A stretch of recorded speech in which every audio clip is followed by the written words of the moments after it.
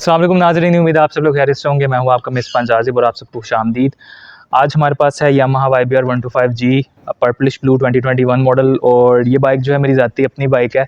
और आज हम लोग ना तो कोई गाड़ी का रिव्यू कर रहे हैं ना बाइक का कर रहे हैं, बल्कि आपको मैं अपना एक एक्सपीरियंस शेयर करूँगा इस बाइक के साथ।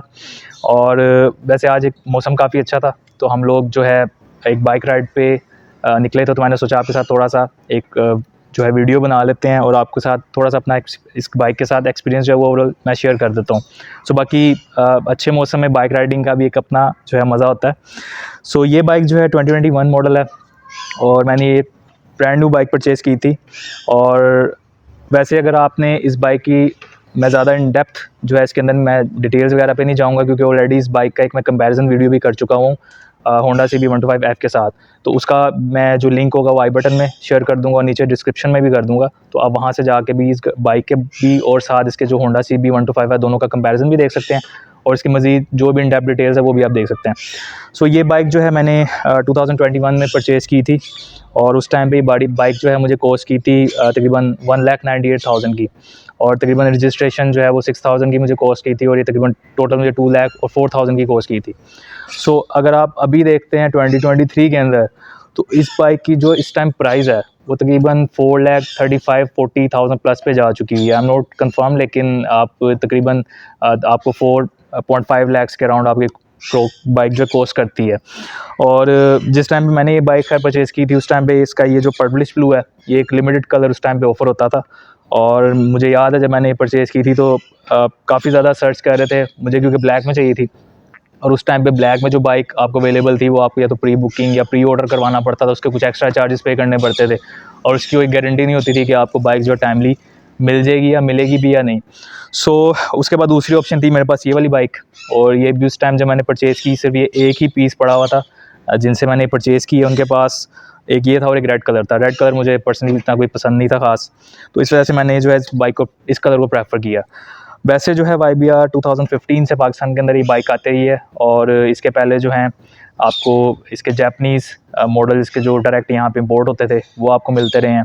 और उस टाइम पे जो YBR G की प्राइस होती थी वो तकरीबन 1,32,33,000 के राउंड होती थी, और YBR ESD जो थी उसकी प्राइस तकरीबन 2-3 हज़ार से कम होती थी। सो वो एक बिल्कुल एक नया बाइक का एक आप कह लें एक ट्रेंड पाकिस्तान के अंदर आया था। और मतलब जहाँ पे एक टिपिकल आपके पास 70 सीसी या होंडा 125 सीसी एक बाइक शुरू से ही चलती आ रही थी, तो वहाँ पे उस टाइम पे ये इस बाइक का एक बिल्कुल नया ट्रेंड था, और जो यंगस्टर्स हैं स्पेशली वो इस बाइक को बहुत ज़्यादा लाइक करते थे। और मैं खुद भी उस टाइम यूनिवर्सिटी में था और मैं पर्सनली खुद भी इस बाइक को काफ़ी ज़्यादा लाइक करता था, और मुझे मतलब उस टाइम से इंटरेस्ट था कि मैं ये बाइक परचेज़ करूँ। बहरहाल 2021 में जो है मैंने ये बाइक फाइनली परचेज़ की। सो ओवरऑल अगर आप इस बाइक को कंपेयर करते हैं बाकी 125 सीसी बाइक्स के साथ, सो ये बाइक चाहे कंफर्ट में ले लें चाहे आप फ्यूल एवरेज में ले लें, ये हर लिहाज से जितनी भी लाइक होंडा CG 125 है या होंडा CB 125F है जो उसके बाद का वेरिएंट है, सो उनसे बहुत ज़्यादा कंफर्टेबल है। इस बाइक के अंदर किसी किस्म का कोई वाइब्रेशन नहीं है, ठीक है। जैसे आप होंडा 125 पे बैठे हैं तो आपकी एक टाइम के बाद आपकी जो आधी मतलब बॉडी होती है वो आपकी सुन्न हो जाती है, आपको फील ही नहीं होता कि आपके साथ मतलब आपकी टांगे तो आपको फील ही नहीं होती, तो उस पे वाइब्रेशंस का बहुत इशू है। ओवरऑल अगर उसकी पिक देखें आप, जो मैंने इसके साथ कंपेयर भी किया होंडा CB 125F को, तो उसकी पिक इससे बहुत ज़्यादा है। तो ये इस चीज़ में होंडा जो है वो आगे है कि अगर आप इन दोनों बाइक्स को भगाते हैं तो जो पिक है वो आपको होंडा 125 में बहुत ज़्यादा मिलेगी। लेकिन कंफर्ट लेवल अगर आप देखते हैं तो कंफर्ट लेवल के लिए बाइक बहुत अच्छी है। और इस बाइक के अंदर आप ये कह सकते हैं कि जो बाइक टूरिज़्म होता है, जो बाइक राइडर्स जाते हैं टूर के ऊपर, वो ट्रेंड भी जो पाकिस्तान में सेट है वो इसी बाइक के बाद हुआ है। और इसके साथ फिर GS 150 और भी दूसरी बाइक्स हैं जो कि इसके साथ साथ फिर टूरिंग के पॉइंट ऑफ व्यू से काफ़ी ज़्यादा लोग इसको कंसिडर करते हैं और इसको जाते हैं टूर्स वगैरह के ऊपर भी लेकर।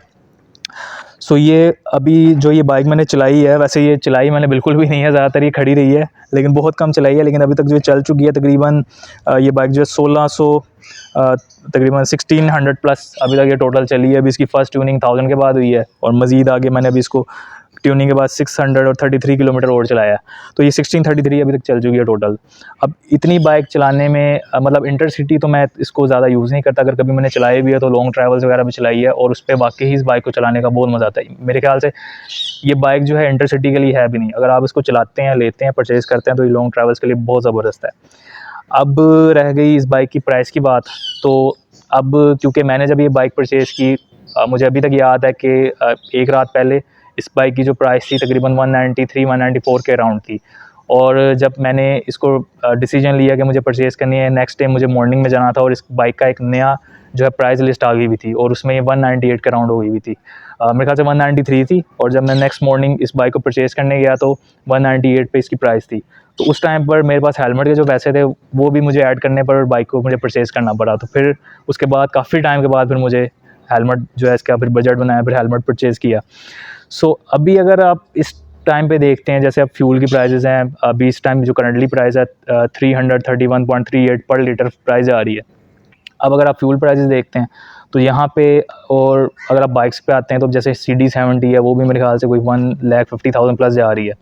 सो अगर मैं आपको मेरा अपना खैर पॉइंट ऑफ व्यू है, अगर आपके पास एक बजट है 1.5 लाख है, 2 लाख है, तो मेरा ख्याल है कि आप बजाय इसके कि आप CD70 पे जाएँ, आप अगर यूज़ में थोड़ा सा और बजट अपना एक्सटेंड कर लें और थोड़ा अगर आप यूज़ में चले जाएँ, तो आपको ये बाइक, अगर आपका ट्रैवल थोड़ा ज़्यादा है और आप ऑफिस जाते हैं सुबह मॉर्निंग में और आपको अच्छी फ्यूल एवरेज भी चाहिए, कंफर्ट भी चाहिए, तो फिर ये बाइक आप कंसिडर कर सकते हैं। बेशक आप यूज़ में ले लें, न्यू होंडा से तो बहुत बेहतर है, लेकिन ब्रांड न्यू तो डेफिनेटली मेरे ख्याल से वैल्यू टू मनी नहीं आप कह सकते। लाइक 4.5 लाख तक अगर ये आपको न्यू कॉस्ट करती है तो उस हिसाब से तो यकीनन प्राइस थोड़ी सी ज़्यादा है। लेकिन अगर आपका बजट इतना है तो आप you are good to go, आप इसको कंसिडर करें। लॉन्ग ट्रैवल अगर आप करना चाहते हैं तो ये बाइक बहुत अच्छी है, कंफर्ट के हिसाब से भी, फ्यूल एवरेज के हिसाब से भी। बाकी इसकी जो एवरेज है जो क्लेम करती है कंपनी, वो तकरीबन 45 किलोमीटर्स पर लीटर प्लस पे है। सो अभी तक मैंने इसकी जो एवरेज खुद देखी है, क्योंकि अभी ब्रांड न्यू बाइक थी तो तकरीबन इनिशियली मुझे कोई 40 के अराउंड इसकी मिलती रही है एवरेज। सो अभी इसका मेरा जो है प्लान है, इसको मैंने टूर पे जाना है, मेरा पहला जो है बाइक टूर होगा, तो उसके ऊपर मैंने अभी इसको लेके जाना है। उसके ऊपर हम इसको प्रॉपर टेस्ट करके देखेंगे कि आपको कितनी मैक्सिमम एवरेज दे सकती है। और अभी तक मैंने जितने लोगों से डिस्कस की है तो मोस्टली लोगों ने जो अपना एक्सपीरियंस शेयर किया वो 45 किलोमीटर पर लीटर प्लस इसकी एवरेज आपको मिल जाती है।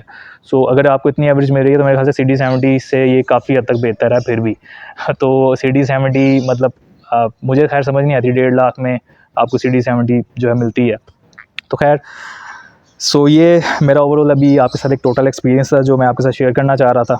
और दैट्स ऑल फॉर टुडे, और इंशाल्लाह आपसे दोबारा मिलते हैं बहुत जल्द और किसी और नए टॉपिक और इन्फॉर्मेटिव टॉपिक के साथ। तो तब तक के लिए अपना बहुत सारा ख्याल रखिएगा, दुआ में याद रखिएगा, और जाने से पहले मेरे चैनल को सब्सक्राइब लाजमी कीजिए, वीडियोज़ को लाइक एंड शेयर करना मत भूलिएगा, और अपनी कीमती राय से मुझे आगाह लाजमी कीजिए कमेंट सेक्शन में। इसके अलावा मुझे आप फेसबुक, इंस्टा पे भी फॉलो कर सकते हैं।